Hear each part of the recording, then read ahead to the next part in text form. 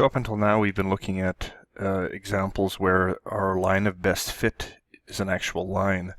We're going to now look at ones where they're either a parabola or a cubic wave. So that's either going to be a quadratic or a cubic regression. Okay, and so those are number 5 and number 6 on our calculator. So let's take a look at the first example and figure out what we're going to do here. Okay, so it says if 400 children attend an afternoon movie, the price of admission is 80 cents per ticket. So that's this example here. If we charge 80 cents a ticket, 400 people come, we make $320. Here are some values if I change something. And the question here says for every 10 cents I add to the ticket price. So this is kind of what I can control. I can't control how many people come, but I can change the price of the ticket. So you can see in this case that I'm adding 10 cents per ticket. And what happens is, it changes. Less people attend, but I may make more. Okay, what we're supposed to do is plot the data on a scatter plot, and it tells us here, put price of ticket into L1. So I'm going to put this L1 and income in L2. Now the question is, why didn't I choose one of these to be L1 or L2? Well, I can't control that. So what I'm thinking about is, if I change ticket price, how will that affect my profit margin? Okay, so that's why we're going to use L1 and L2. Okay, so let's put that in the calculator. So we'll go back here. I've got all kinds of stuff to clear. I want to clear this. I'm going to go to here, and I'm going to clear my list. L1, L2, this is all from the last example. Okay, so let's plot this into our scatter plot. So I want 80, 90, 100, and 110. And then here, I'm going to put 400, 3, oh, no, that's not what I want in there. Let's go back. I wanted 320.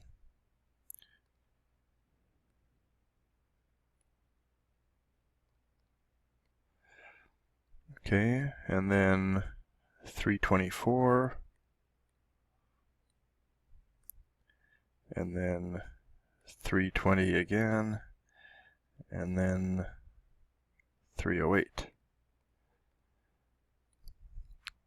Okay, so just to remember all my steps here, if I go zoom 9, that will give me a scatter plot. Now if you look at that, you can see that that looks like a parabolic shape, right? I'm going to just quickly draw that here. I've got something like this. So you could see that this is probably this sort of a shape.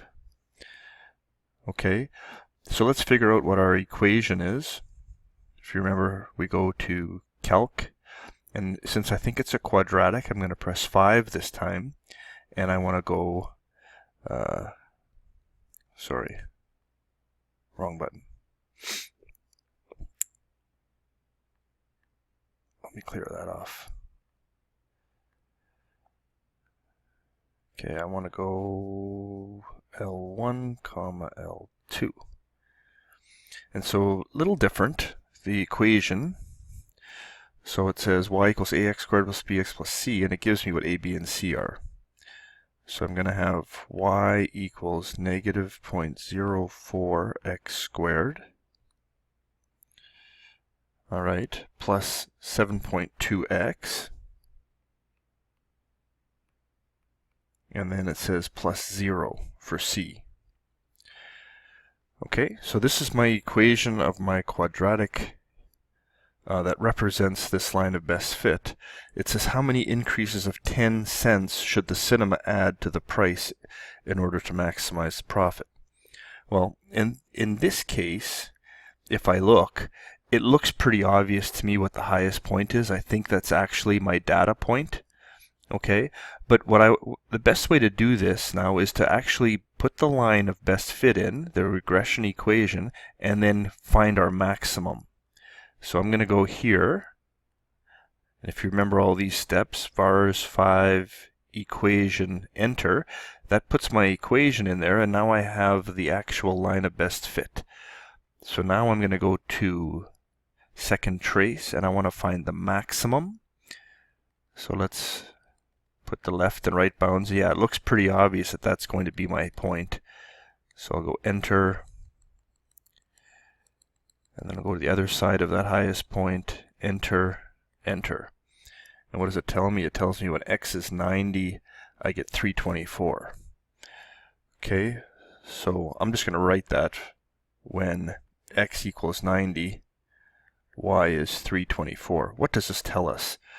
Well, originally we started with 80 cents, so it looks like one increase of 10 cents will give the maximum profit of $324. Okay, so let's try another example like that. This time it's not going to tell us, oh, it does tell us what to put L1 and L2. Let's see if we can figure it out. Don't look at part A there. A telephone company can get 800 subscribers at a monthly rate of 25. It will get 60 more subscribers for a $1 decrease in the rate. So you can tell again that this is what we're controlling. Okay, and then we want to find out when we're going to get the best income, the highest income. Okay, so L1 is monthly rate and L2 is income. Okay, so pause it right here, and you guys can figure this out. Put it in the calculator and see if you can answer these questions. So plugging the information in, I get this equation, and this is the equation of the quadratic. And when I look at my graph, it looks something like this.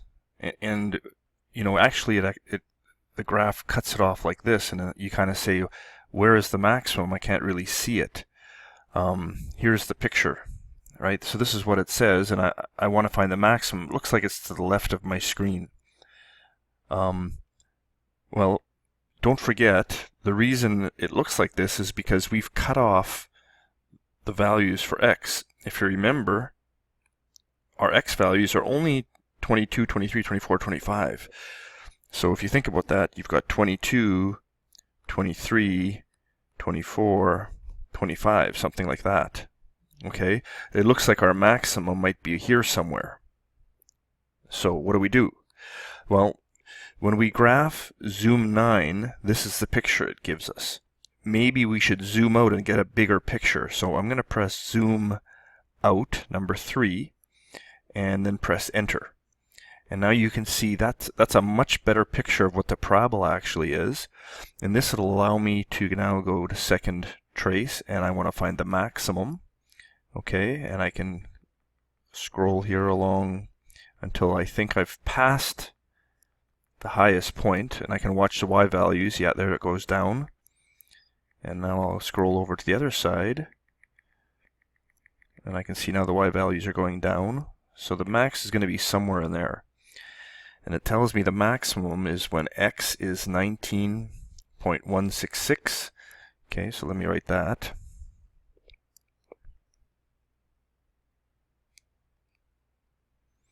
So x is 19.166, and y will be 22,041.667. Okay, what rate will yield the maximum gross monthly income? Well, do I have the option of charging $19.16 or 17 cents? I suppose I do. Okay, so I'm going to say, therefore, the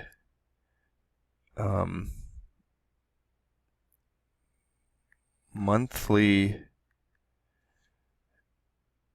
rate should be $19.17, so that the income will be maximized to $22,041.67. Okay, now a lot of times you can't be that precise. You know, we might want to just say we're going to charge $19. But in this case, we have a pretty clear picture of what it should be. Okay.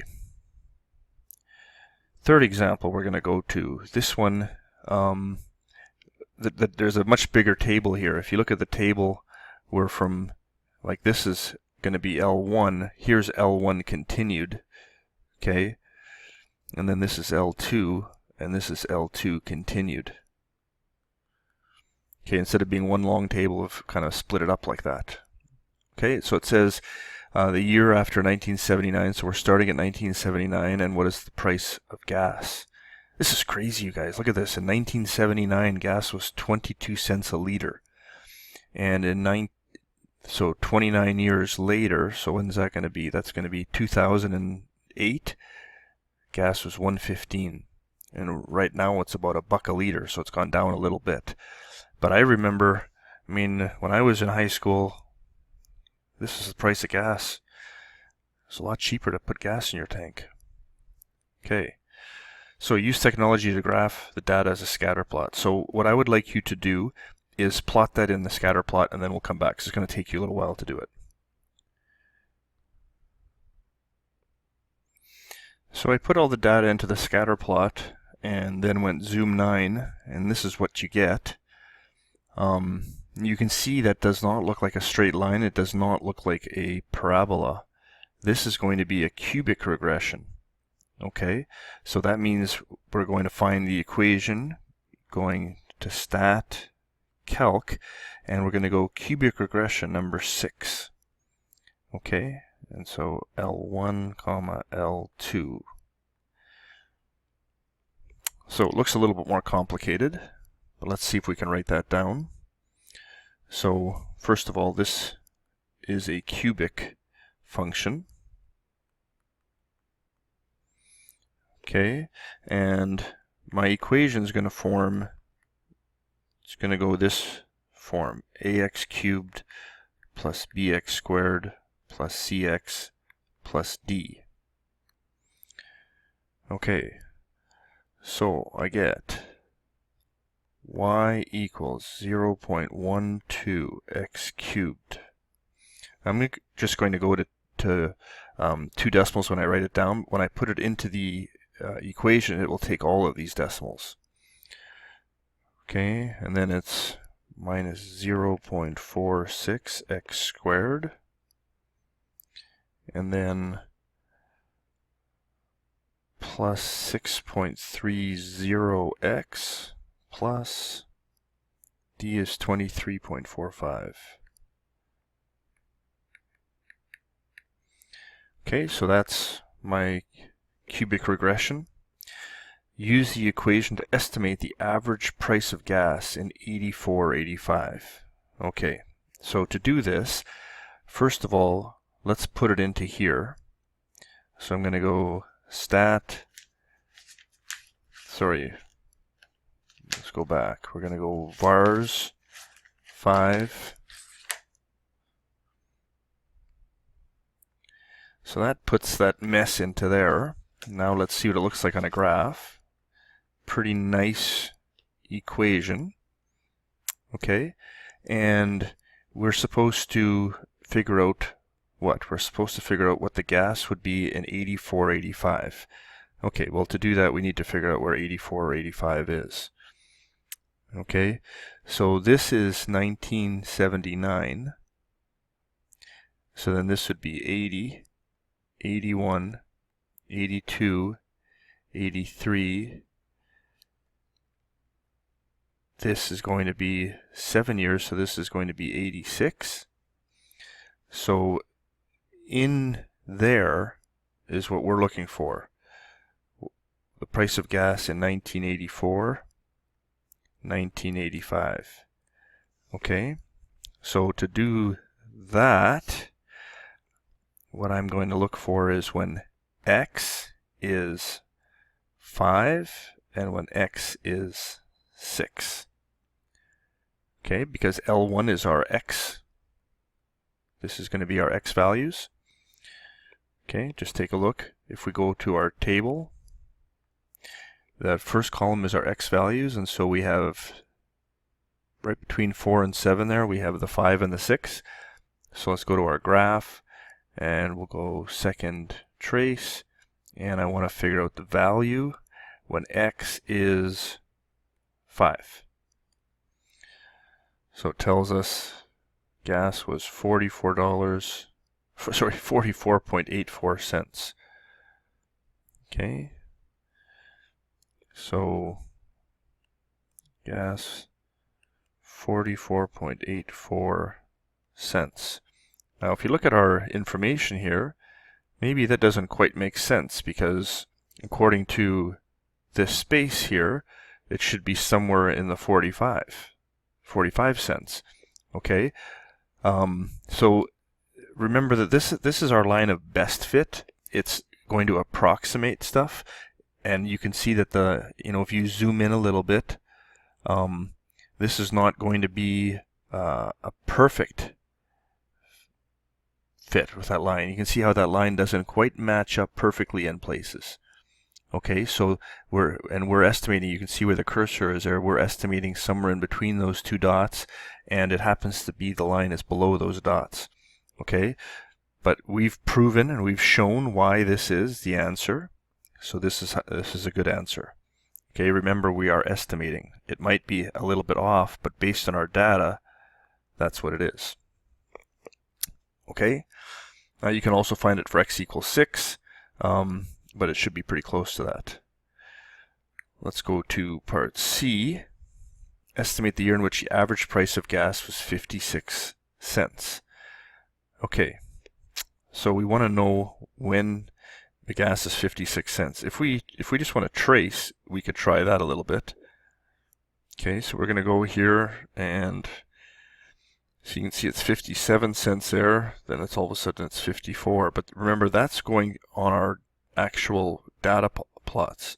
So let's instead use a different arrow. So now I've put that cursor on the line. Okay, so now I want to know when this is going to 56. Okay, just to be clear again, what did I do there? When you first press trace, and you use those arrows, you're moving from dot to dot, from scatter plot to scatter plot point. The second I press the arrows up or down, it puts the cursor on the line. Now it's not going to follow the dots, and now when I move it, it's following the line of best fit. Okay, and so I want to move it until I get to approximately 56 cents. Okay, it's not going to let me do anything, so let me go zoom 9. So now I'm zoomed out. I'm going to repeat those steps. So I'm going to press trace, and then I'm going to get off those dots, and now I'm moving along the line. And you can see right about there, somewhere I go from 55 to 56, somewhere here at when x is 16.5 approximately. Okay, so I'm going to write approximately 16.5 on x-axis, and again we need to go and see where is that. Okay, where is 16.5? What year is that? Well, this was 79, we got 86 here, this is 87, 88, and then 89, 90, this is 91, and then 92, 93, this is 93. Alright, and that's 14. Then 15 would be in 94. 16 would be in the year 95. So we're saying it's about 16.5. So we're going to say in approximately 1995. 1996. It's somewhere between those two dates. Okay. So I'm going to stop there. I'm going to give you some homework. and then we'll do the box problem in the next video.